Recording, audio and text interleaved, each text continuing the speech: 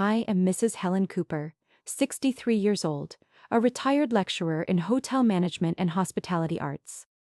For 30 years, I taught students how to fold linens, welcome guests, and hide their heartbreak behind a professional smile.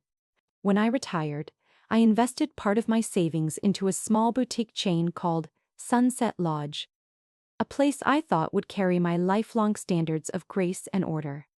That morning, the elevator doors opened on the 6th floor, and the past walked in wearing a maid's uniform. She froze when she saw me. Lena, my former daughter-in-law. Her name tag trembled on her chest as the cleaning cart bumped against her knee. For a second, I wondered if I was hallucinating. But no, that voice, the same sharp tone that used to echo in my hallway, broke the silence. Mrs. Cooper, you're staying here? Her voice cracked halfway through my name. I nodded once. This floor is yours to clean, isn't it? Her eyes darted to the elevator buttons, as if one could take her back 4 years in a single push. The air between us felt thick chemical cleaner mixed with the faint sweetness of cheap perfume. The sound of the mop bucket sloshing was the only thing alive. My fingers tightened on the leather handle of my suitcase. Inside, my heart thudded with an old, well-memorized ache. 4 years ago, this same woman had stood at my dining table during a family gathering and said loud enough for everyone to hear, "A woman who spent her life cleaning rooms has no place at a classy table like this." Everyone laughed nervously. My son stared at his plate. I smiled, pretending my pride hadn't just been scrubbed off the floor. Now, standing in front of her in a hotel corridor polished to perfection, I almost pitied her. Almost. I stepped aside so she could move the cleaning cart. "Be careful," I said softly. "The floor's wet." A drop of water slipped from the mop, hit the marble, and burst like a tiny explosion. The sound was small, but to me, it was the pop of a sealed memory breaking open. My pulse slowed. I looked at her uniform again, the faded blue collar, the gloves a size too big. She wouldn't meet my eyes. There was a time when I'd helped her choose silk dresses for Sunday brunch. I used to call her my daughter. Now she was the one scrubbing the hallway outside my suite. Inside me, 2 feelings wrestled: the sting of old humiliation and the cold satisfaction of poetic symmetry. Life, it seemed, had the most impeccable housekeeping. I wheeled my suitcase past her cart. The hallway smelled of detergent and irony. My heels clicked evenly against the marble, each step sounding like a quiet verdict. Behind me, I heard her whisper to herself, not to me, "How small the world really is." I didn't turn around. The door to my suite opened with a soft beep. I set my luggage down, shut the door, and leaned against it for a moment. Through the peephole, I could still see the gray edge of her cleaning cart parked outside. I exhaled slowly, letting the bitterness slide out of me like stale air. People say forgiveness is freedom. But sometimes, it's recognition. The moment you realize you don't need revenge because life already arranged the scene for you. I walked to the window, watching the Pacific glitter under the morning light. Somewhere downstairs, a bell rang for room service. And somewhere in the corridor, Lena's cartwheel squeaked, a sound sharp, rhythmic, almost like apology. I smiled, faintly. I never thought I would see her again. And certainly not here, in the very place that used to be her dream. When my son David told me he wanted to open a restaurant with his wife Lena, I didn't hesitate. I was retired, my savings comfortable, and my late husband had left me a collection of small but valuable paintings, still lifes I'd collected over 30 years of travel. They were the only indulgence I'd ever allowed myself. But when David said, "Mom, this is our dream," I sold them without blinking. One by one, I watched each canvas disappear into the hands of strangers.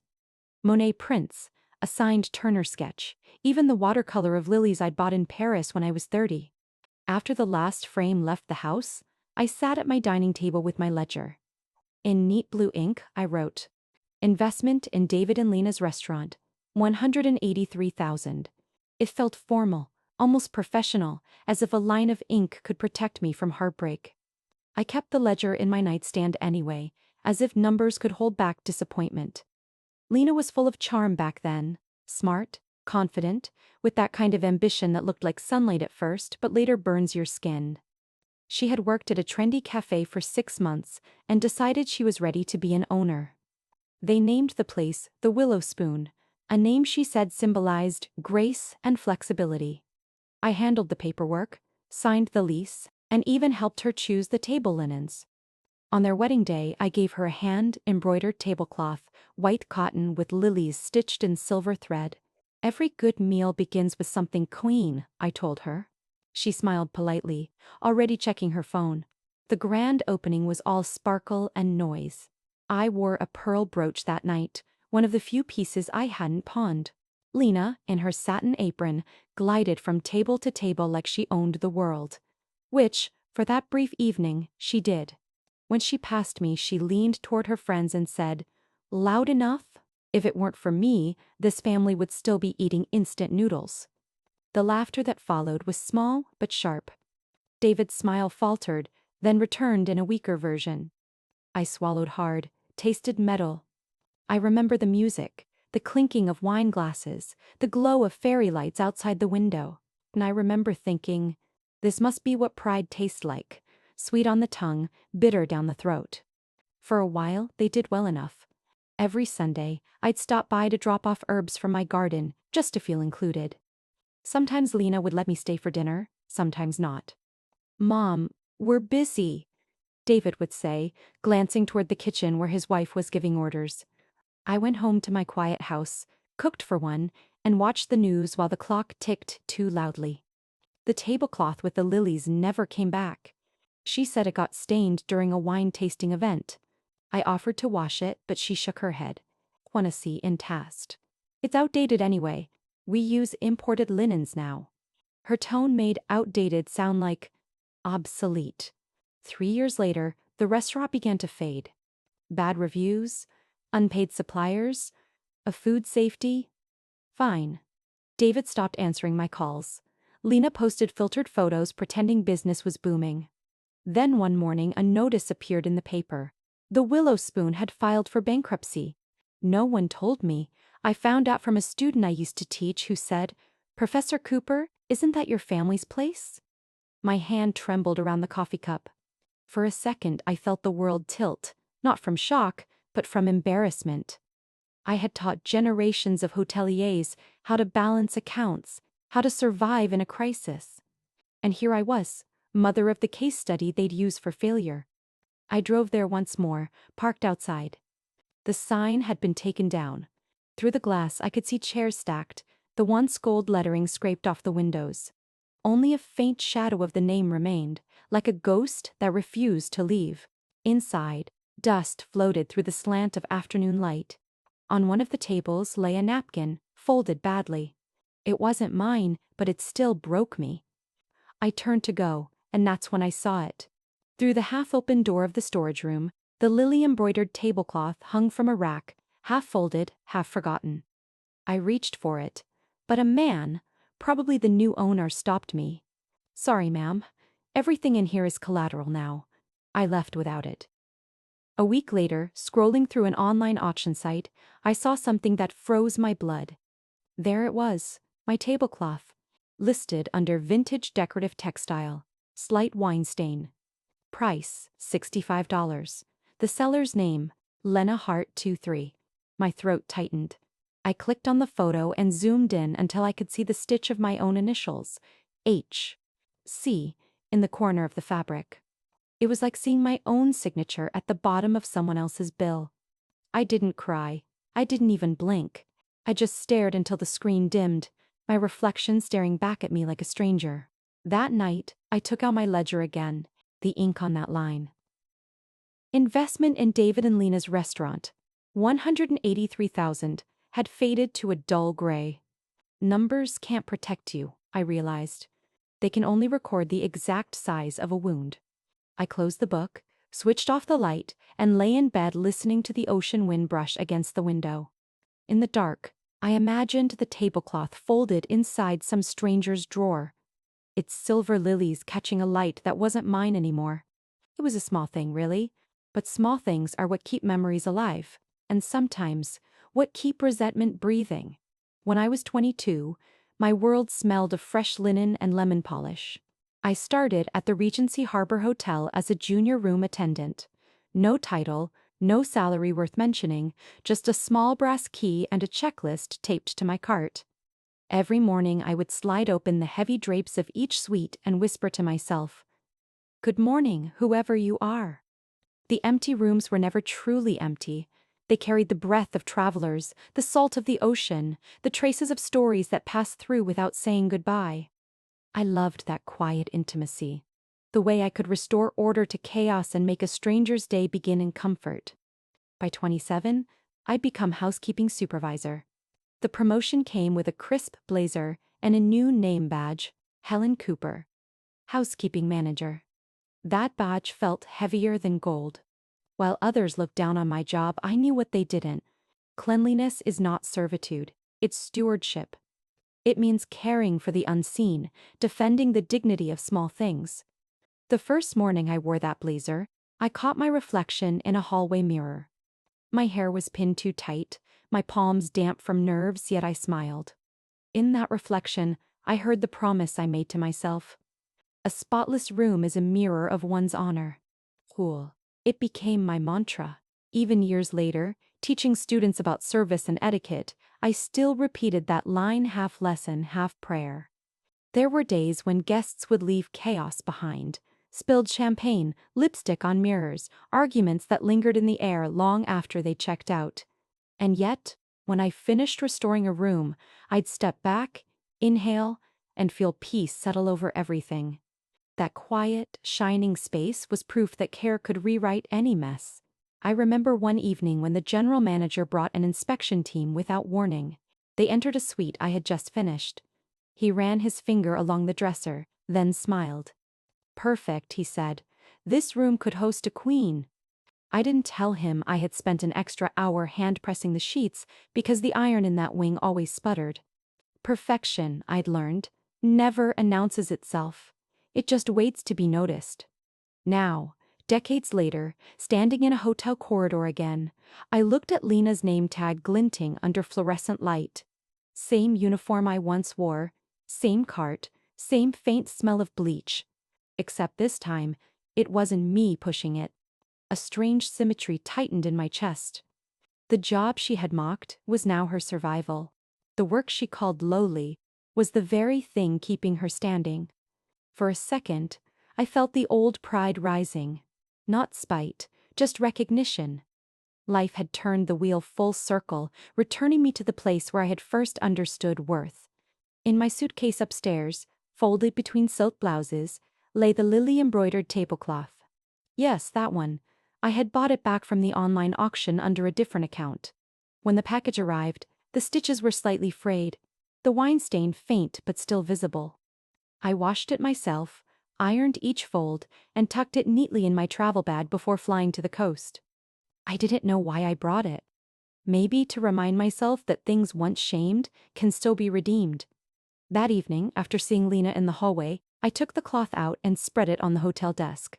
The silver lilies shimmered under the lamplight, delicate but stubborn, like survivors. I ran my fingers across the threads and thought, what people despise in you today might be the very proof of your integrity tomorrow.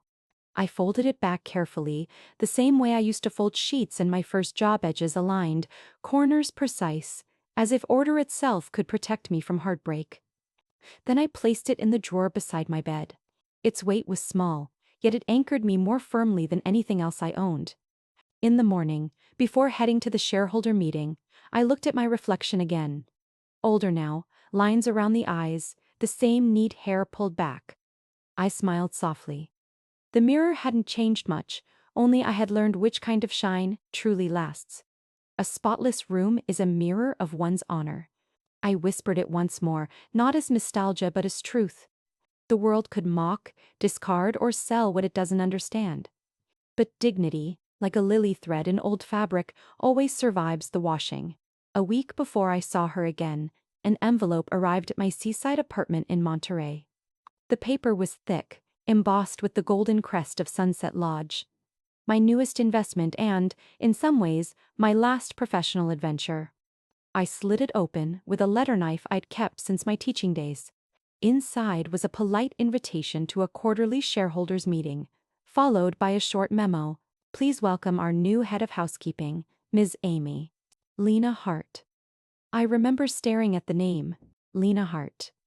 I even said it aloud, testing the syllables, half laughing.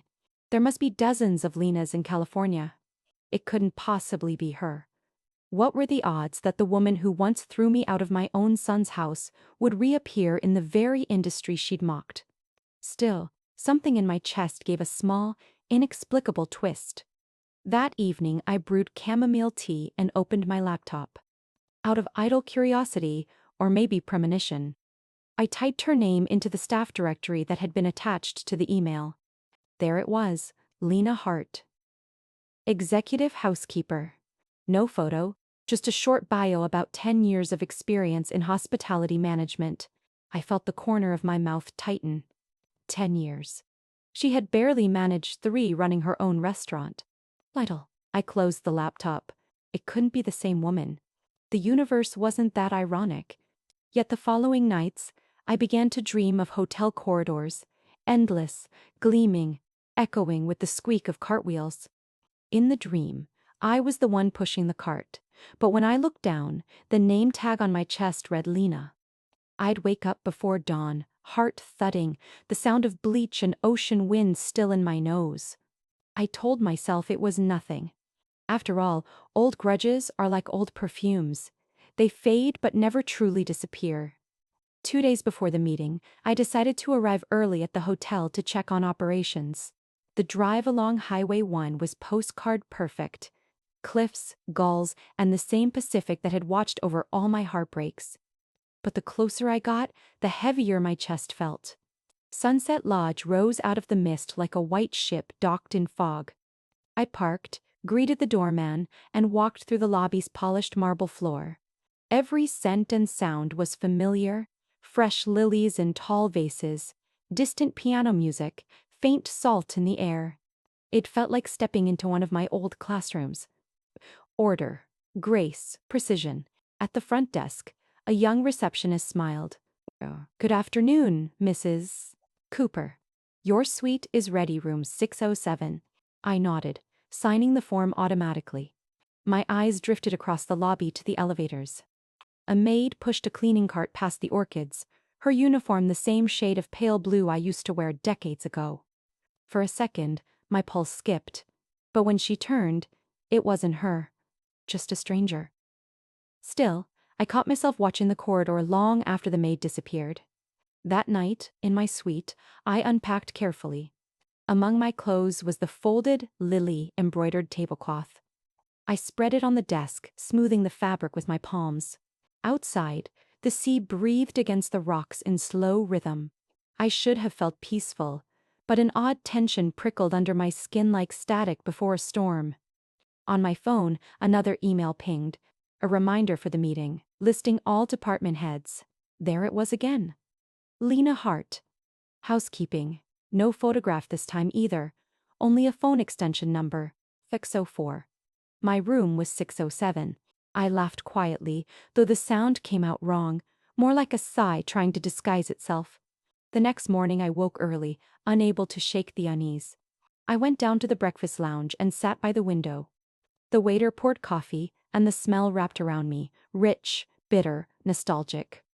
When I looked up, a woman in uniform was polishing silverware at the far counter.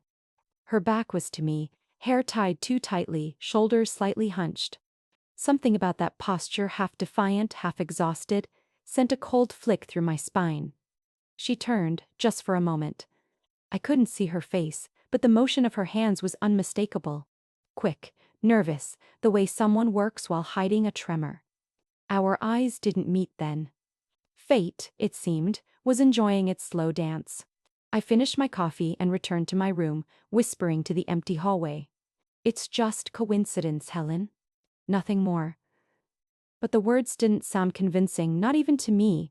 The elevator chimed somewhere below, and the faint echo of cartwheels rolled across the marble. Each squeak felt like a heartbeat counting down. When I shut my door, I noticed a thin line of water across the threshold, as if someone had just mopped the floor outside. The scent of disinfectant drifted in, sharp and clean. Too familiar to be comforting. I smiled, small and wary. Maybe the universe was that ironic after all. The quarterly meeting began precisely at 10. The boardroom smelled of cedar polish and roasted coffee, the two fragrances that define every hotel's heart. I took my usual seat at the far end of the table, habit from years of teaching. Always watch the room before you speak. One by one, department heads filed in. Laptops opened, papers rustled, polite greetings floated above the low hum of the air conditioner.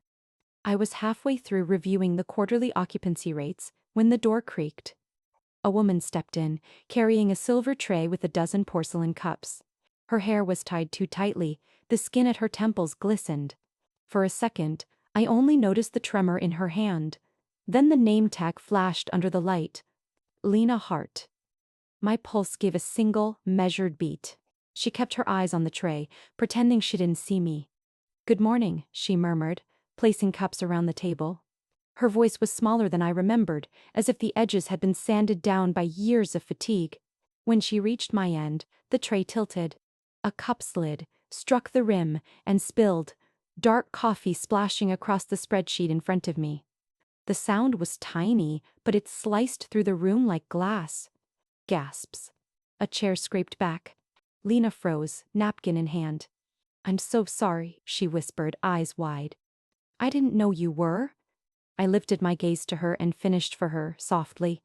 "The woman who used to clean houses?"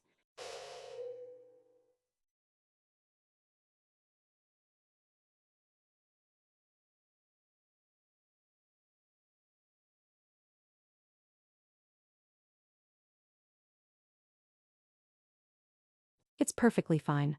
The words left my mouth calm, almost kind, yet the silence that followed was brutal. Every head at the table turned. Even the clock on the wall seemed to hold its breath. Lena's cheeks flushed scarlet. The napkin in her hand shook, useless. Someone coughed. Papers rustled again, a collective attempt to pretend nothing had happened. I reached into my bag and drew out a folded square of white fabric. The lily-embroidered tablecloth, my constant travel companion. It looked absurdly delicate amid the glass and steel, but I unfolded a corner and dabbed at the spilled coffee. The brown stains spread like bruised petals across the lilies. For a moment I stared at it, at the way the threads absorbed the damage and still shone faintly beneath it. Lena whispered, "Please, let me clean that." I met her eyes for the first time in years. "Oh no," I said quietly. "Some things you should watch someone else do." Her lips parted, but no sound came. The meeting continued in fractured sentences. Numbers, forecasts, staffing issues. Voices droned around us, but my attention kept drifting to the cloth beside my notes. Each time I lifted my pen, the scent of coffee rose again, sharp and earthy, mingling with the faint perfume of starch and soap from years long gone. Once, she had mocked the very hands that now held this cloth steady. Now those same hands were being studied by a roomful of executives who suddenly understood the hierarchy had shifted. When the agenda reached operations feedback, the general manager turned to me. "Mrs. Cooper, any thoughts on housekeeping efficiency?" I smiled lightly. "I think the department is about to experience an important realignment." A few polite chuckles, but the words hung heavier than humor. Across the table, Lena's eyes glistened. She wasn't crying yet. Pride still dammed the water, but her knuckles were white around the empty tray. After the meeting, she lingered near the door, waiting for the room to clear. When the others had gone, she approached. "Mrs. Cooper," she said, barely audible. "I didn't mean." I folded the stained cloth carefully, corner to corner, until the mark vanished inside. "You didn't mean to spill it," I said. "I know. Still, it happens." Quist, she lowered her head. I'm not the same person." "Neither am I," I answered. "The difference is, I remember who I used to be." I slid the folded fabric into my bag. The weight of it felt both heavy and clean. As I left the boardroom, the scent of coffee followed me down the corridor. Rich, bittersweet, almost comforting. Behind me, I heard the soft clatter of the tray against the doorframe, and a breath that might have been a sob or a sigh. I didn't turn around. Some lessons don't need an audience. That evening, after the meeting, I stayed in my suite long after the lights of Sunset Lodge dimmed. Outside, the Pacific sighed against the rocks. Inside, the scent of coffee still lingered faintly on the folded tablecloth resting on the desk. For most of my life, I'd been terrified of being looked down on. I ironed my voice, polished my manners, softened my opinions. Anything to be respected or at least tolerated. But tonight, the fear had vanished. It had drained out of me quietly, like the last trickle of water from a mop bucket. Maybe humiliation does that to you, burns the nerves until all that's left is clean, steady calm. I decided to extend my stay in room 607, a corner suite with a view of the ocean and, as fate would have it, under the direct care of head housekeeper Lena Hart. It wasn't revenge. It was a test for both of us. The next morning, I placed a vase of white lilies on the glass coffee table. Their scent filled the air, soft, sharp, impossible to ignore. Every detail of that flower reminded me of the embroidered cloth now folded in my drawer. Once, those lilies had been a symbol of everything I'd lost. Now, they were proof that I had survived it. I stood there a long while, arranging the stems just so, wondering if she'd notice. Would she remember the same flowers stitched into the wedding gift she'd sold for $65? Would her hands tremble when she dusted the petals? I almost hoped she would. Not out of spite, but because memory, when it returns, can purify more deeply than apology ever could. After lunch, I walked along the promenade behind the hotel. The sea breeze tangled my hair, the same way it used to when I was young and rushing to work at the Regency Harbor. Except now, I wasn't running from anyone's judgment. I stopped by a cafe, opened my notebook, and began to write. Not a letter, not a complaint, something else entirely. Well, title came easily. Second Shift Foundation. Proposal. I started outlining the idea. A training program for women over 50 who'd been dismissed, divorced, or simply forgotten. They would learn the craft of hospitality again, the dignity in service, the art of order, the discipline of care. I knew exactly how to design it. I'd spent years teaching those very principles to younger students who never understood their weight. This time, I wanted to teach the ones who already knew what humility cost. By the time I finished, the sun had dropped low, turning the sea the color of warm brass. I read over the first page and smiled. I'd spent decades giving my strength to other people's dreams. This finally was mine. Back in my room, I placed the notebook beside the lilies. The petals were beginning to open, faintly fragrant, as if breathing approval. I turned on the lamp and began typing the official document on my laptop. I wrote slowly, deliberately, each word a declaration that I was done hiding behind politeness. When I reached the signature line, I hesitated for a moment. Then I typed, Helen Cooper, founder. The word glowed on the screen, strong and unshakable. I leaned back and whispered, almost to the sea beyond the window, not everyone who cleans rooms is lowly, but those who look down on honest work, those are the ones truly dirty. The sentence settled into the room like a vow. Later that night, I made tea and sat by the window, watching the reflection of the lilies in the glass. Down below, I could see a single figure moving along the corridor, pushing a cleaning cart, the faint rattle of wheels echoing against the tiles. I didn't need to guess who it was. Lena was working late, probably triple-checking every suite after the morning's embarrassment. For a brief, unexpected moment, I felt something almost like compassion. There was a time when I, too, had worked overtime, not out of necessity but guilt, the quiet need to prove I still mattered. Maybe that was where she stood now, in that narrow space between shame and redemption. I poured a little more tea and raised the cup, a silent toast to her unseen struggle. Then I opened my laptop again and registered the domain name, Relentless Shift Foundation. Org. A small start, but enough. Enough to tell the universe that I wasn't done building. Before I went to bed, I opened the drawer and took out the folded tablecloth one last time. The coffee stain was faint, but still there. brown against white, stubborn but harmless. I traced a finger over the mark, smiling softly. There was beauty even in imperfection. I'd spent my life teaching others to hide it, but now I finally saw it. When the lamplight caught the silver lilies, they glimmered faintly, like something reborn. Sleep came late, and when it did, I dreamed not of spilled coffee or old insults, but of a room freshly cleaned sunlight pouring across polished floors, curtains swaying in ocean air. A younger version of myself stood in the doorway, smiling, holding a key. So she didn't say anything. She didn't need to, because I finally understood. The key had always been mine. The knock came just after 9. 3 soft taps. Hesitant, rehearsed. I was sitting by the window of room 607, editing the proposal for second shift foundation. The lilies on the table were beginning to wilt, their fragrance turning bittersweet. When I opened the door, Lena stood there in her pale blue uniform, clutching a stack of fresh towels. Her eyes were red-rimmed, the kind of exhaustion that doesn't come from lack of sleep, but from too much living wrong.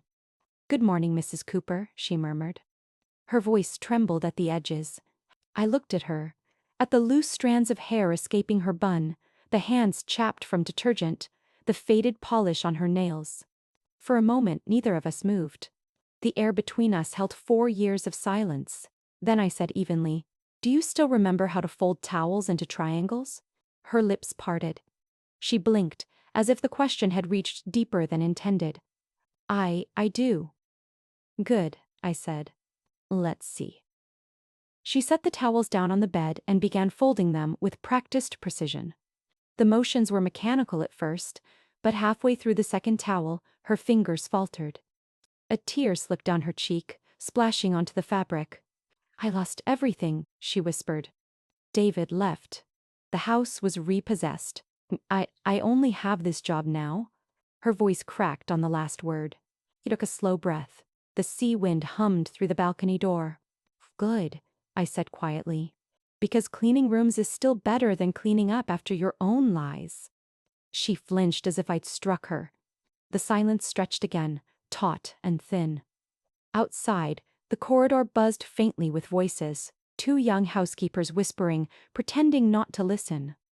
"Mrs. Cooper," Lena said, tears streaking her face, "you don't understand." I was proud. "I thought we were building something. I didn't mean to hurt you. You did it anyway." She pressed a hand to her chest. "I thought David needed me to be strong. I didn't know how to be kind at the same time." "Then maybe now you'll learn," I said. "Real strength isn't about talking down to people. It's knowing when to kneel without shame."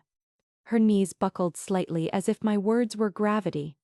I walked over to the desk and picked up the lily vase. One of the petals had fallen, pale against the mahogany. I turned it in my fingers. "Do you remember this flower?" I asked. She looked at it blankly. "The tablecloth I embroidered for your wedding," I continued. "White cotton, silver lilies in every corner." Her breath caught. You bought it back?" "Yes." I smiled faintly. "You listed it for $65. Bargain of the century." Her lips trembled. "I didn't have a choice." "There's always a choice," I said, placing the petal on the table. "You chose humiliation over humility. There's a difference." She looked down, unable to meet my eyes. "You must hate me." I shook my head. "No, Lena. If I hated you, I'd pretend you didn't exist." A soft gasp came from the hallway. Someone had lingered outside the half-open door. Probably one of the young staff. I caught a flash of the manager's blazer, the silver badge gleaming as he pretended to check something on his tablet. I ignored them and sat on the edge of the bed. "Do you know what this room represents?" I asked. She shook her head slowly. "It's not a punishment. It's a mirror. You used to think people like me belonged beneath you. Now you're standing where I once stood. Except the difference is, I was never ashamed of it." Her mouth trembled. "I was stupid." "No," I corrected. "You were arrogant. Stupidity can be educated. Arrogance has to be humbled." Her tears fell harder now, soaking into the towel she'd been folding. The triangle drooped out of shape. The young manager finally stepped forward. clearing his throat. "Excuse me, Mrs. Cooper," he said carefully. Do you know her?" I turned to him, calm, almost amused. "Yes," I said. "She used to be my daughter-in-law." He blinked, startled. "Oh. I didn't. And now," I added, "she's here to relearn the art of courtesy." His mouth opened slightly, then closed again. Behind him, the two junior maids exchanged glances, whispering to each other, as if they'd just witnessed something sacred and scandalous at once. Lena buried her face in her hands. "Please," she said, muffled. "Don't embarrass me. Embarrassment is what happens when pride meets truth," I replied softly. "Don't worry, it's a temporary condition." I stood, smoothing my blouse. The sunlight had shifted, flooding the room with gold. Dust motes spun in the air like slow confetti. "You'll finish the rest of the floor now," I said gently. "And when you're done, go to the HR office. They'll have a note from me." She looked up, frightened. "Firing me?" "No." I walked to the door, pausing with my hand on the knob. "I'm enrolling you." Her brow furrowed. "Enrolling me?" "In a training program I'm starting," I said. "Second shift. You'll help me teach other women how to do this job with pride. If you want redemption, earn it by lifting others." "You trust me to do that?" "Trust is something you rebuild, not something you deserve," I said. "Start by showing up." She stood frozen, tears glistening like tiny shards on her lashes. For a heartbeat, I almost reached out to touch her shoulder. But I stopped. Some distances are necessary for respect to take root. As I stepped into the hallway, the young manager whispered under his breath to a colleague, "Is that true?" "She's her ex-mother-in-law?" I didn't look back when I answered, "Yes." And it seems today, both of us are finally learning our jobs. Back inside the suite, I watched through the peephole. Lena knelt to pick up the fallen lily petal. She hesitated, then tucked it gently into the towel she'd folded. It wasn't perfect, creased at one corner, but it was clean. That small gesture, almost invisible, was the first honest thing I'd seen her do in years. I exhaled, long and steady. The knot in my chest loosened. Later that afternoon, as I walked through the lobby, the staff parted quietly, murmuring, "Good afternoon," with an unfamiliar reverence. I didn't crave it. I simply nodded and kept walking. At the reception desk, the manager stopped me again. "Mrs. Cooper," he said carefully, "what you said earlier about justice was beautiful." I smiled faintly, resting my hand on the counter. "Justice doesn't always wear robes," I said. "Sometimes it wears uniforms." He frowned, not quite following. I looked toward the corridor where Lena's cart had disappeared, leaving a faint smell of lemon cleaner behind. Then I added, half to him, half to myself, sometimes justice doesn't need a courtroom at all. It only needs a name tag and a mop, placed exactly where they belong. Word travels fastest through polished hallways. Within 3 days of our encounter in room 607, the air inside Sunset Lodge began to hum with whispers.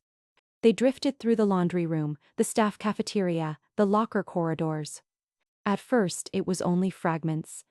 "Mrs. Cooper, investor, old money," but by the end of the week, the fragments had fused into a full story. According to rumor, I hadn't earned my shares honorably. I had used dirty divorce money from my late husband to buy them. Someone even claimed I had pressured him into leaving me the assets before he died. It was absurd and exquisitely cruel. I didn't have to guess where it started. Every rumor carries the scent of its maker, and this one smelled unmistakably of bleach and resentment.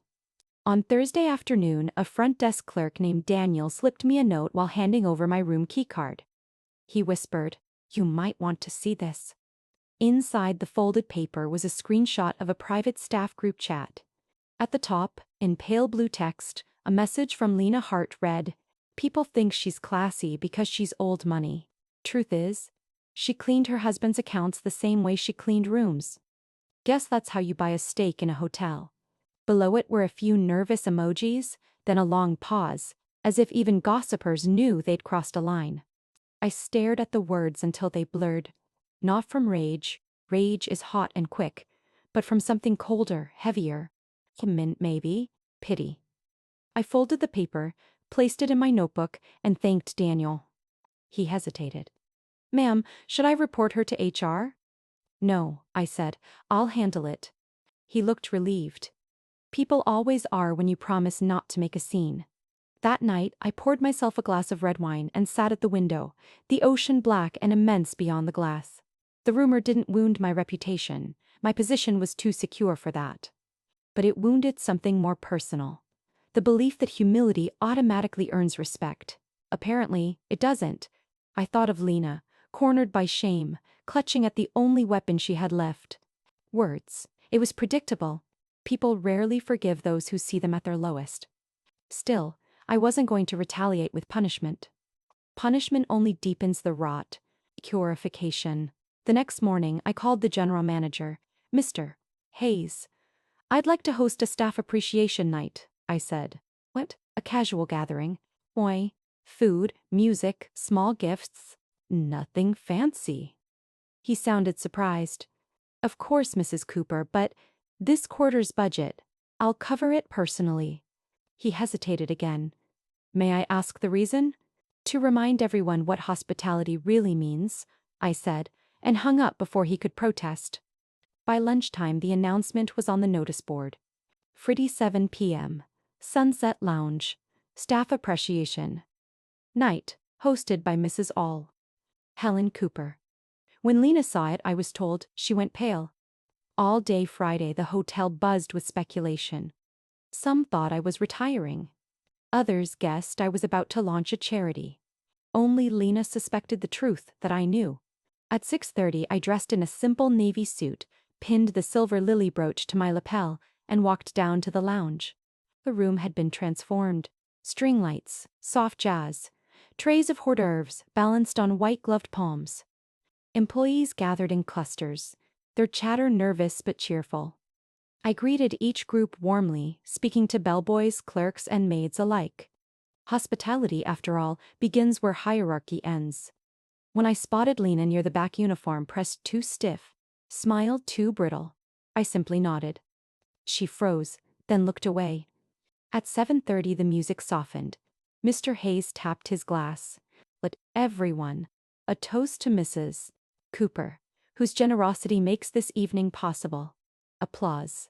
I stepped forward holding the microphone. The air seemed to tighten. You, I began. I've spent my life teaching that service is not subservience. It's grace under pressure, pride in precision, and respect, both given and received. I let the silence settle. Recently, I continued, I've heard that some of our colleagues have mistaken silence for weakness and kindness for guilt. A ripple went through the crowd, soft, uncertain laughter dying halfway. Lena's knuckles whitened around her glass of water. I smiled, calm. To clarify any confusion, let me share something. Behind me, a projector flickered to life. On screen appeared a short video footage from a local news segment that had aired 2 years earlier. An interview about my teaching work and the scholarships I'd funded for young women entering hospitality. The anchor's voice filled the room. Helen Cooper, former lecturer and co-founder of the Coastal Integrity Fund, known for her transparency and ethics in hotel investment. The camera cut to my younger self laughing awkwardly. The banner beneath read, From housekeeper to hotel investor. When the clip ended, I spoke again.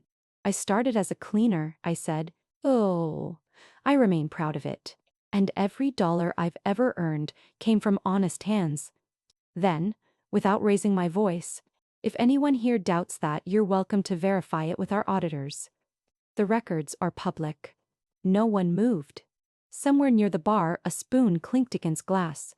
Lena stood frozen, her face drained of color. I set down the microphone. Now, I said lightly, let's eat. Laughter, cautious at first, spread through the room like relief after a storm. The pianist struck a brighter tune. Waiters moved again. I walked toward the buffet, feeling eyes follow me. Not with pity this time, but respect sharpened by guilt. When I reached Lena, she whispered, I didn't mean. I know, I said, cutting her off gently. But you did it. She nodded, eyes glistening. I leaned closer. Words are also housekeeping, Lena. Keep them clean, or they stain everything. Then I smiled and took a canapé from her tray. By the end of the evening, people were lining up to thank me. Some apologized for believing rumors. Others simply wanted to shake my hand. I accepted every gesture with calm detachment. Vindication, I realized, is sweetest when served in absolute composure. As the crowd thinned, Lena approached again, trembling. "Mrs. Cooper," she said, "why didn't you expose me?" "Because," I replied, "I'm not interested in revenge. I'm interested in reflection." She frowned. "I don't understand." "You will," I said. "One day, when someone lies about you and you decide to respond with truth instead of fury." I gathered my coat, leaving her standing beneath the dim chandelier.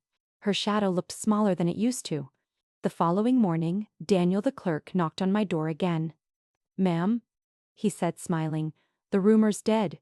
People are saying how lucky the hotel is to have you." I nodded. "Rumors don't die, Daniel. They just get cleaned properly." He grinned at that. "You should put that on a plaque." "Maybe I will." When he left, I looked around the suite, spotless, quiet, smelling faintly of lilies. Justice had been done, not through accusation but through illumination. The truth, when shown gently, leaves no fingerprints. I opened the window, letting the morning breeze sweep through. Below, Lena was leading her team, instructing two younger maids on how to fold towels. Her tone was low, her posture humble.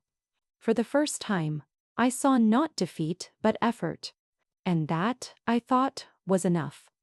The evening after the staff celebration, the hotel seemed to breathe again. Music faded, laughter gone, only the slow rhythm of the ocean outside the glass walls. I stayed in the lounge a little longer than usual, finishing a cup of tea while the servers cleared tables. Somewhere behind the columns, voices drifted low, sharp, nervous. One of them I knew too well. "Lena." I caught the edge of her tone first, that half-whisper that always curled around venom. Curiosity, or maybe instinct, made me pause behind the curtain dividing the terrace from the main hall. "I'll make her lose face," she hissed into her phone. "Tonight. Everyone will know what she really is. I'll show them she's not some saint. She's just an old woman who bought her way in." A pause. Then a male voice on the other end, muffled by static. "You have proof?" She laughed. Bitter, small. Enough to make them question her. My heart didn't race. It rarely does anymore. Instead, I felt the strange stillness that comes when a storm confirms itself. So this was how pride dies. Fighting shadows, inventing enemies. I stepped back into the light and walked quietly to my table. Without hurry, I opened my purse and took out my phone. One tap on the record button. The red dot blinked like a heartbeat. If she wanted to reveal, so would I. Back in my suite, I laid the lily-embroidered tablecloth across the dinner table. Its threads shimmered under the lamp white over brown wood, forgiveness over proof. The faint coffee stain from weeks ago had faded to a soft amber mark, like an old scar. I ran a finger over it and smiled. Some people chase spotless perfection. I prefer evidence of survival. I spread the cloth flat, smoothing the folds until the lilies faced upward, ready to witness again. Then I placed my phone on top, playing back the recording. Her voice filled the room, distorted but unmistakable. "I'll make her lose space. I'll tell them she faked her credentials." The audio crackled, ending with the sharp sound of a door closing. That was enough. Not to ruin her, but to stop the rot before it spread.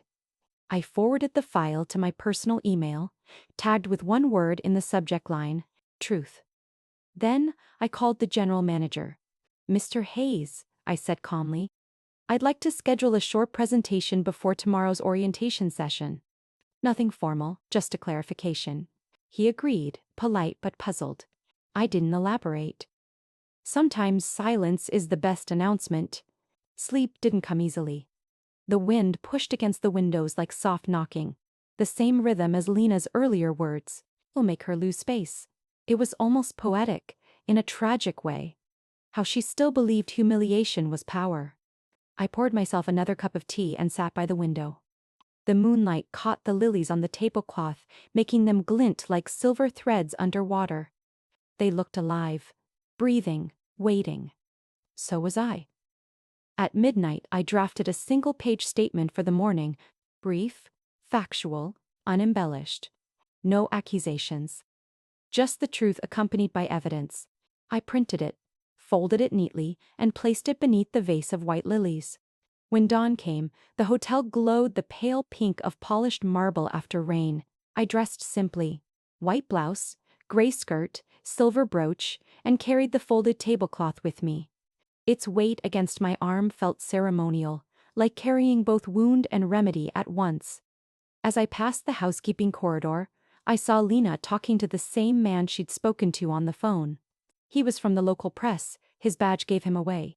She gestured animatedly, eyes wide with nerves. I caught her sentence as I walked by. She isn't who she says she is. Wait until you see what I found. I didn't stop. Truth needs no interruption. 10 minutes before the orientation began, I entered the conference hall. Dozens of staff members were already seated, new hires, supervisors, managers. Mr. Hayes greeted me warmly. "Mrs. Cooper, ready as always," he said. I placed the lily-embroidered cloth across the front table, just beneath the projector light. It looked radiant, almost defiant. Then I set my phone beside it, screen still open to the audio file. At precisely 9 o'clock, Lena walked in with the journalist beside her. His camera bag hung at his shoulder. Hers carried the weight of certainty. When she saw the cloth spread on the table, she stopped short. "Good morning," I said pleasantly. Her lips parted, but no sound came. Mr. Hayes began the meeting with the usual greetings, then handed me the microphone. "Mrs. Cooper has a short announcement," he said. I smiled. "Indeed I do." I gestured toward the cloth. "This tablecloth once belonged to someone who sold it for $65 when life got difficult," I began. "I bought it back. Not because it was valuable, but because it carried a stain worth remembering." I paused, letting the murmur settle. "Last night, I heard another stain being made. You may, this one with words." I pressed play. The recording echoed through the room. Lena's voice, clear as daylight. I'll make her lose face. "Tonight I'll reveal everything." Gasps rippled. The journalist's hand froze over his camera. When the clip ended, I simply said, "I believe we've all cleaned enough rooms to know. Dirt always rises to the surface when you shake the rug."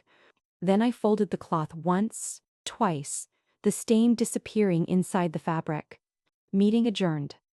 Lena stood rooted to the floor. Her mouth moved soundlessly. No one spoke, even Mr. Hayes was silent. I walked past her, the folded cloth in my hands, the faint scent of lilies trailing behind me. Outside the hall, the morning sun struck the marble floor, white, brilliant, unforgiving. Justice, I thought, doesn't need fury. Sometimes it just needs good lighting. I have never believed in revenge. I believe in presentation. After the recording incident, there was silence around Sunset Lodge. The uneasy calm that follows a disinfected wound. Lena avoided me completely. The staff, embarrassed by their own curiosity, began greeting me with excessive politeness. But I knew silence doesn't last. Shame curdles into rumor again unless you replace it with something louder. Truth displayed beautifully. So I decided to prepare a lesson the whole hotel would remember. 2 weeks later, the annual Sunset Lodge Staff Recognition Gala was announced, an evening of awards, speeches, and carefully staged gratitude. Mr. Hayes asked me, as one of the senior investors, to deliver the closing remarks. Perfect. That same night, I called the event coordinator, a young woman named Mara with sharp eyes and a love for drama. "Mara," I said, "would you trust me with a small surprise segment?" She hesitated. "What kind of surprise?" "Nothing scandalous," I assured her. "Just a story. Mine." By the next morning, my plan was in motion. I found an old videotape in a cedar box at home, grainy footage from the 1980s, recorded by a colleague on her first camcorder. It showed me, 27 years old, standing in my maid uniform at the Regency Harbor Hotel, demonstrating how to fold sheets with exact hospital corners. My voice in the video was bright, confident, unguarded. I had forgotten that version of myself existed. I sent the footage to a professional editor along with clips from the recent news interview that had aired about my career. Then I asked him to blend the two together, past and present ending, on a single sentence that I would personally narrate. When the first cut came back, I watched it twice, then once more with the sound off. It worked. It didn't need to humiliate anyone. It simply stated a fact. You can clean rooms and still build empires. I smiled. Simple, true, and impossible to argue with. I told Mr. Hayes I'd be showing a brief video reflection on hospitality. He nodded approvingly, unaware that reflection can be a mirror or a blade, depending on the angle. Behind the scenes, I met with the MC, an energetic man who loved grand introductions. I handed him a sealed envelope. When it's my turn, I said, open this and read exactly what's inside. Don't improvise. He grinned. Dramatic reveal. Got it. Not dramatic, I corrected. Precise. Meanwhile, I asked Mara to test the projector's brightness so the video would play perfectly even in a half-lit ballroom. The screen must be clear, I told her. Truth deserves good lighting. The night before the event, I sat alone in my suite with the lily-embroidered tablecloth folded neatly beside me. It had traveled with me through every rise and fall, collecting stains and stories like credentials. I spread it across the desk one last time and placed the printed event program on top. My name sat at the bottom of the schedule. Closing. Remarks. Mrs. Helen Cooper. I traced a fingertip over the inked letters. No bitterness, no tremor, only readiness. On the opposite page, in small print, the MC's cue card read, Special video presentation provided by Mrs. Cooper. I took a deep breath, folded the tablecloth again, and slicked it into my briefcase. It wasn't superstition, it was armor. The day of the gala dawned crystalline sky, the color of polished glass, ocean calm as a breath held too long. In the lobby, staff scurried with floral arrangements and silver trays. I walked through them quietly, unseen but not unnoticed. Lena was there too, arranging seating cards. When she saw me, she froze. I gave her a polite nod. No anger, no sarcasm, just civility. That, I've learned, unsettles people far more than hostility. Her eyes flicked toward the ballroom where technicians tested the projector. She didn't know yet, but she would soon. Minutes before the gala began, I placed the tablecloth over the speaker's podium. It wasn't part of the decor, it was personal symbolism. The working cloth of my life turned into a banner. The lilies glimmered under the stage lights, their silver threads catching the motion of the chandeliers above. Mara approached, whispering, Everything's ready, Mrs. Cooper. The file's loaded, the timing's perfect. Good, I said. Precision is respect. Standing backstage, I whispered the closing line aloud once, testing the cadence. You can clean rooms and still build empires. The words didn't sound like pride. They sounded like peace. Behind the curtain, I could hear the audience settling, the shuffle of suits, the faint click of glasses, the murmured greetings. Lena was somewhere among them, her name on the seating chart under Housekeeping Management. It seemed fitting that she would have to watch. I glanced at my reflection in the mirror behind the stage. An older woman with calm eyes and silver hair pinned neatly, no trace of vengeance, only composure. The kind of face that can hold a lesson without raising its voice. When the MC stepped up to the microphone, I handed him the envelope. He smiled, winked, and walked out to the applause. Ladies and gentlemen, he began, before our final remarks, please turn your attention to the screen. This is a story of where grace and hard work can lead. The story of Mrs. Helen Cooper. The lights dimmed. The screen flickered to life. And as the first frame appeared, me, young, in a crisp maid uniform. I felt the quiet satisfaction of a plan aligned exactly in place. The ballroom shimmered in gold light and nervous chatter. Crystal chandeliers dangled above rows of linen-covered tables, each one set with silver cutlery and small arrangements of white lilies. Irony, I thought, has a sense of style. I sat at the head table beside Mr. Prestron, Hayes, smiling politely at every toast. Across the room, Lena was seated near the technical booth, pretending to laugh at something one of the supervisors said. Her laughter rang a half note too high, brittle as spun glass. The evening had gone perfectly. Too perfectly, perhaps, for her liking. I could feel her eyes on me, restless, calculating. She was waiting. Waiting for her chance to reveal, to undo the grace I had rebuilt piece by piece. She didn't know the stage she wanted already belonged to me. Halfway through dinner, Mara leaned close and whispered, "Everything's ready.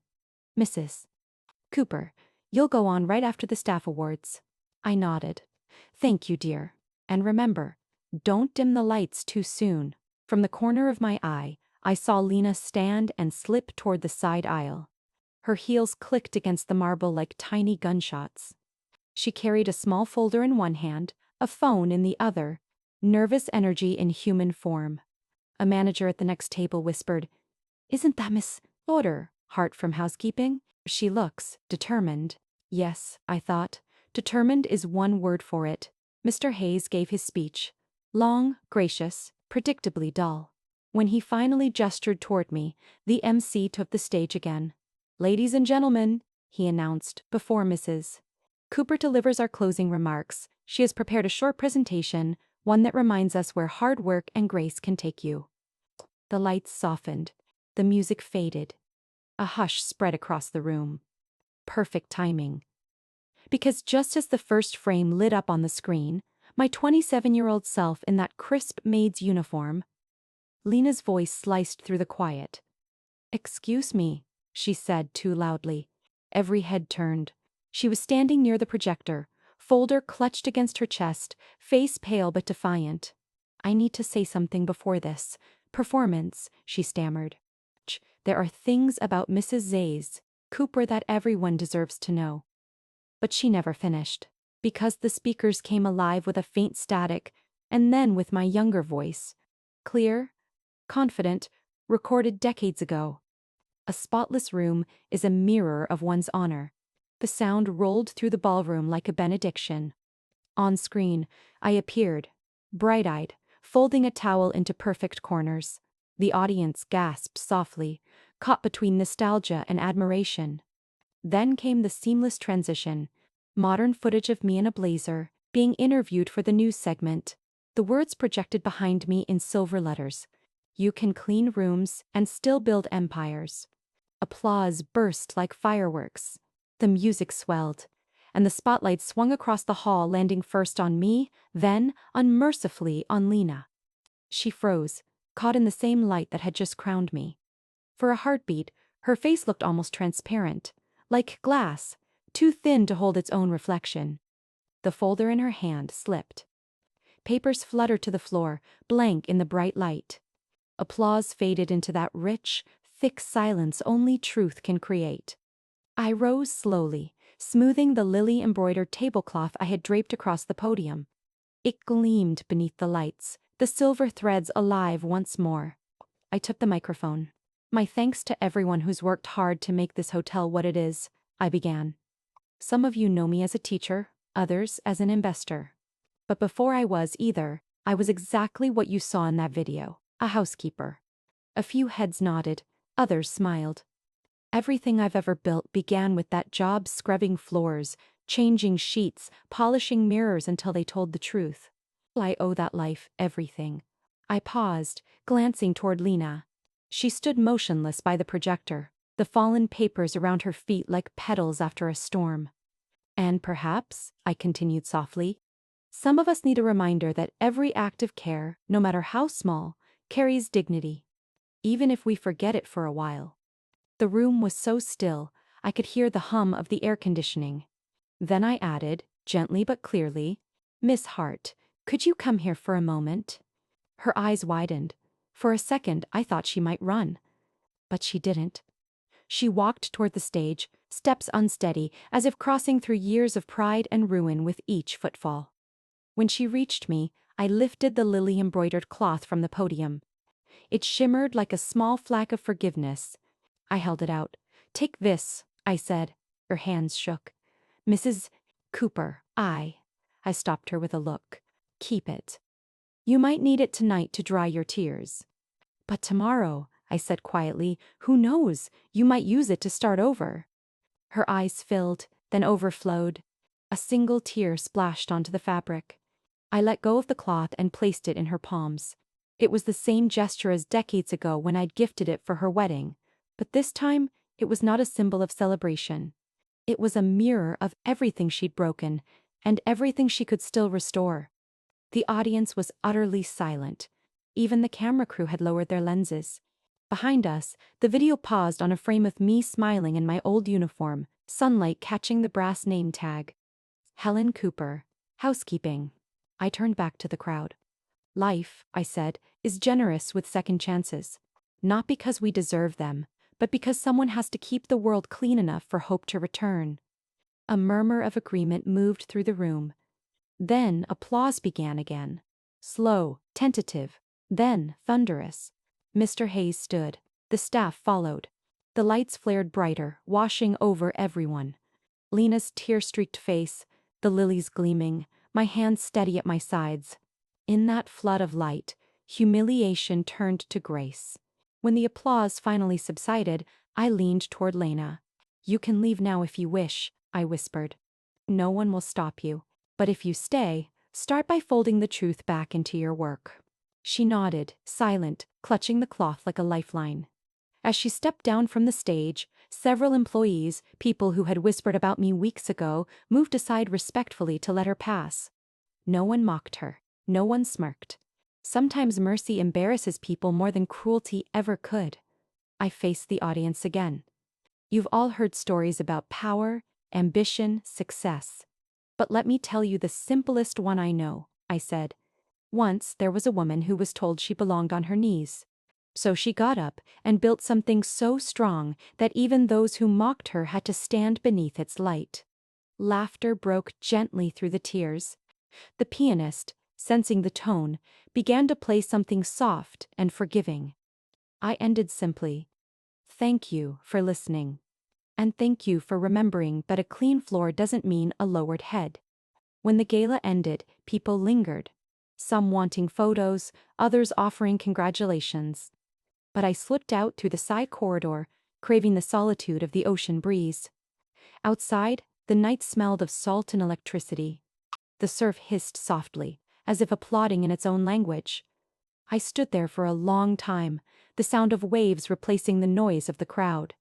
In the distance, I saw Lena through the glass lobby doors. She was kneeling, wiping a spill from the marble floor near the entrance. Not out of punishment, out of instinct. The gesture was simple, humble, human, and that, finally, was enough. I turned toward the sea, closed my eyes, and smiled. Sometimes, the sweetest revenge is giving someone the chance to clean themselves. I returned to room 607 long after midnight. The hallway was empty, the carpet still carrying traces of perfume and spilled champagne from the gala. Somewhere, a vacuum hummed faintly, a familiar, comforting sound. Inside the room, everything was as I had left it.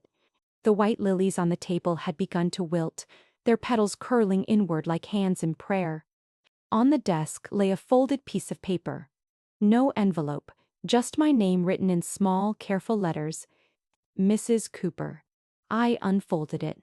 Thank you for not humiliating me the way I once humiliated you. Lena. The handwriting was unsteady, as if each stroke had been dragged through regret. For a long time, I just stood there, the note trembling slightly between my fingers. No bitterness, no triumph.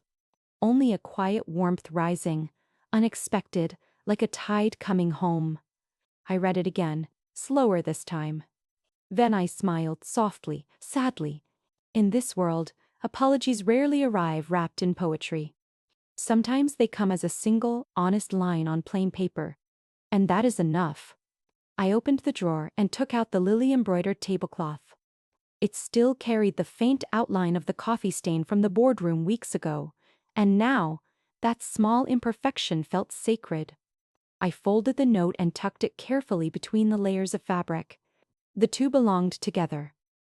Guilt and grace, finally folded into the same square. When I closed the drawer, the motion felt ceremonial, like sealing a chapter instead of a container. I sat by the window. The horizon was turning pale, dawn was crawling in from the sea. Sunlight touched the glass softly, scattering into fine, dust-like gold. It caught the edge of the window pane, then spread across the polished floor in a single long stripe. Bright, clean, unstoppable. It looked exactly like a streak on a freshly cleaned surface, the kind that appears only when you've done the job perfectly. I thought of the words I'd spoken that night, of the moment I'd handed her the cloth. Maybe kindness had embarrassed her more than anger ever could. But kindness, I realized, wasn't about mercy. It was about dignity. Mine, hers, and the profession that had shaped us both. A soft knock came at the door. It was Mara, the event coordinator. She held a folder against her chest. "I just wanted to thank you, Mrs. Cooper," she said. "That speech, I've never seen anything like it." I smiled. "It wasn't a speech, it was housekeeping." She blinked. "Housekeeping?" "Yes," I said, looking at the sunlight spreading further across the floor. "Some rooms just need to be cleaned gently, that's all." She laughed a little, nodded, and left. When the door closed, silence filled the room again, warm, not empty. I made tea, the way I always do after an emotional night. Long, plain, no sugar. As the steam rose, I whispered into the air. "Forgiveness doesn't erase a stain. It just makes it bearable to see."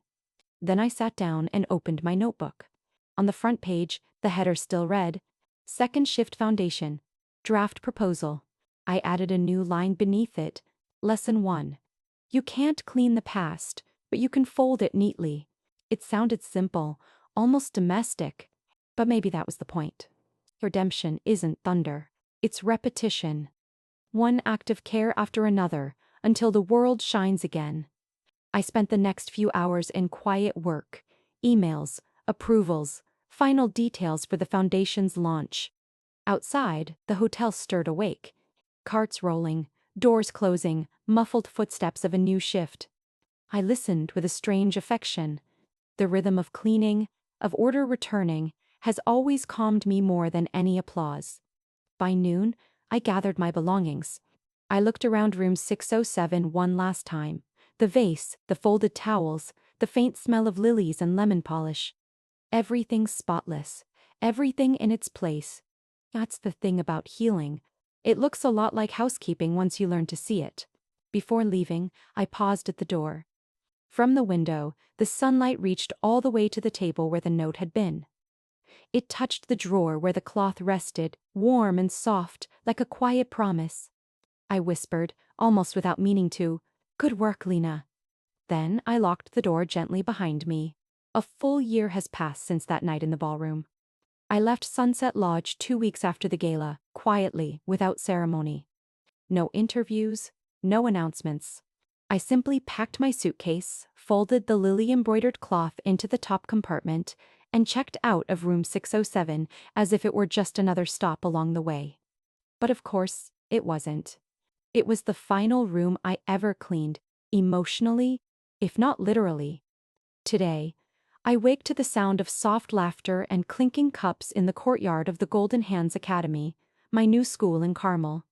It's a modest campus, 3 renovated cottages overlooking the sea, their windows bright with morning light.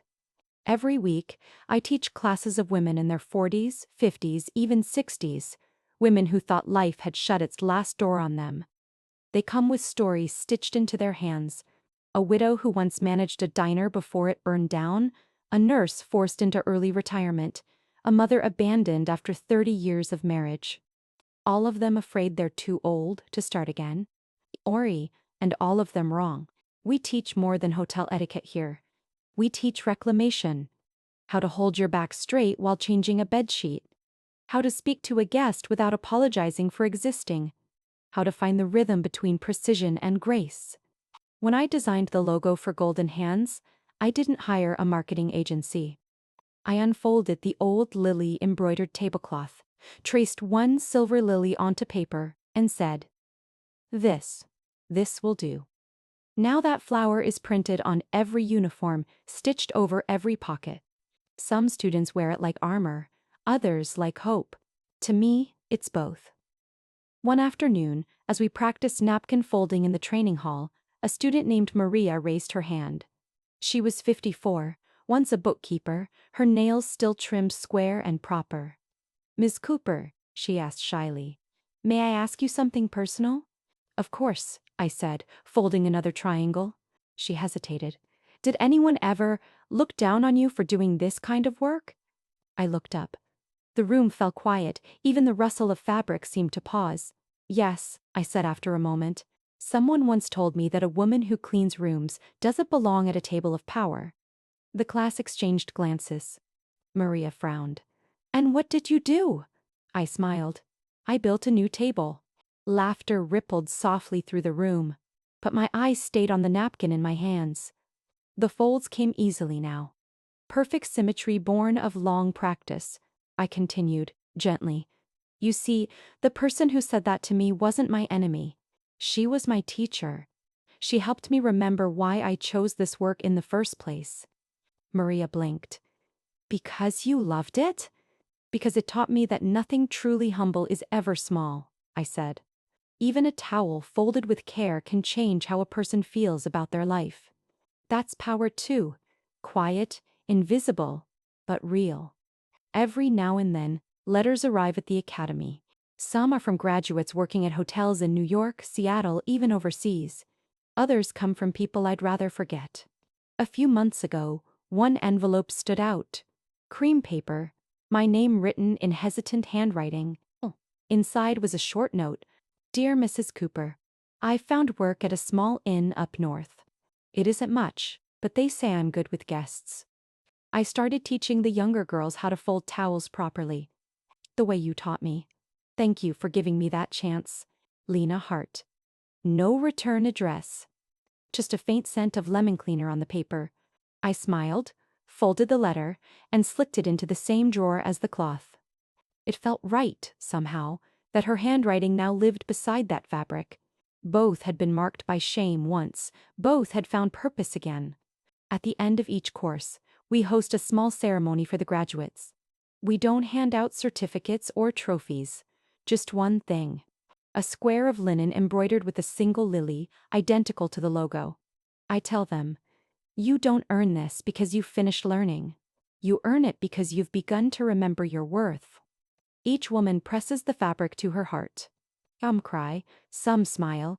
In every ceremony, I see a reflection of myself, younger, older, forever folding the same cloth in new ways.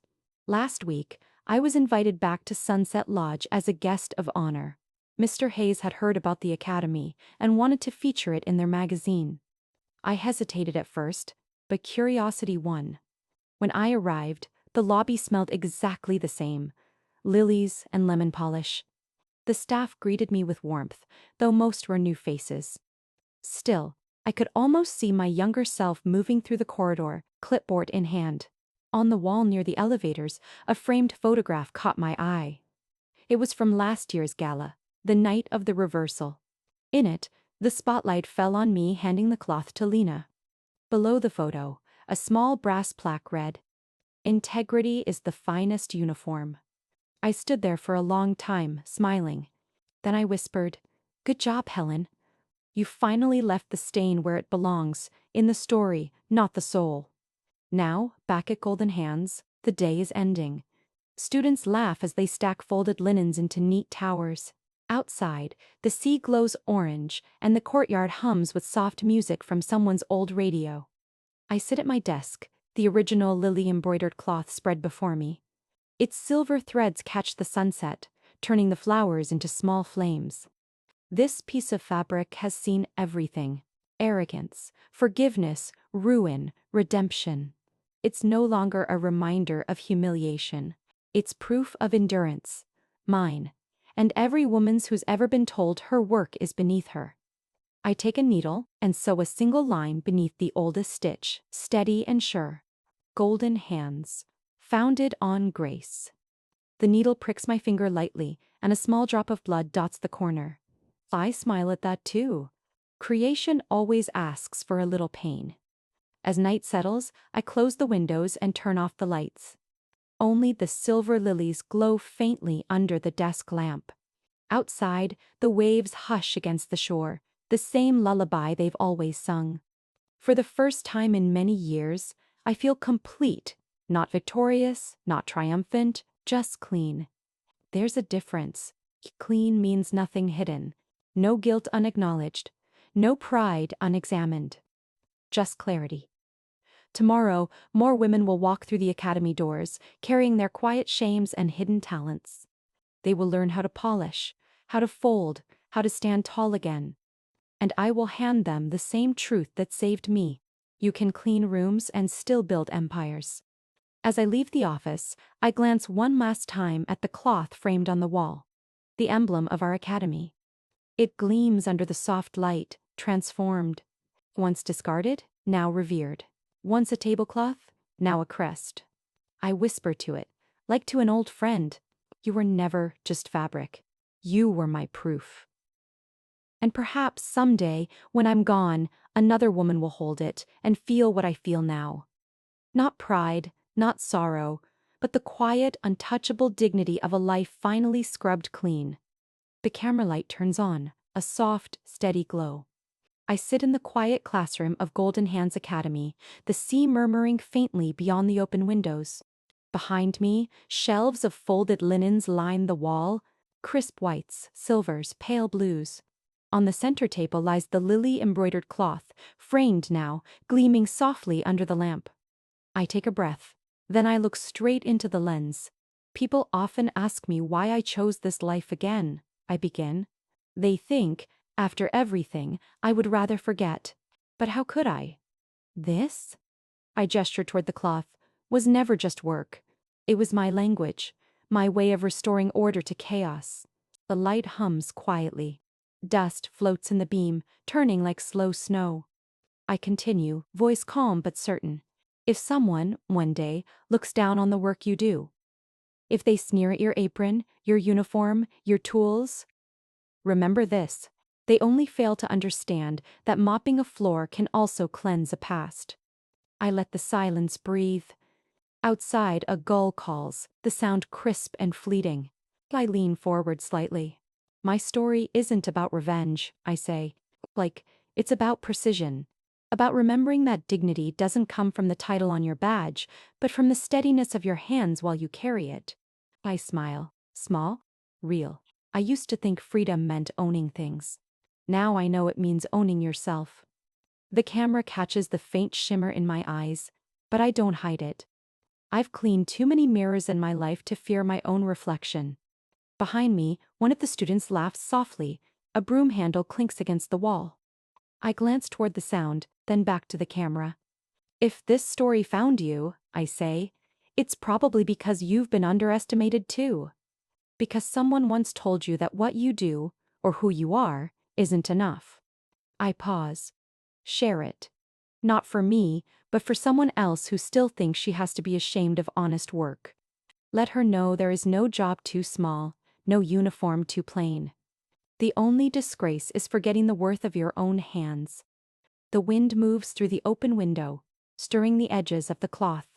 Its silver lilies shimmer alive, graceful, unbent by time. I look at it and whisper, half to myself, half to everyone watching.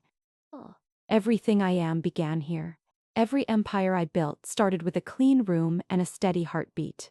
Louder, steadier. No profession is beneath you. Only forgetting your own value is. The camera begins to pull back slowly, framing the room. The polished floor, the folded towels, the sunlight slipping across the tiles. I stay in focus, still seated, hands folded neatly on the table. My voice softens. Final now. Fury ends here. But who knows? Maybe it's the first cloth you'll fold for your own freedom. I let the words linger. Then I smile once more, simple and unguarded. The screen fades to white. And in that white, the silver lilies glow, quiet proof that what was once dismissed as ordinary can, with enough grace, become extraordinary.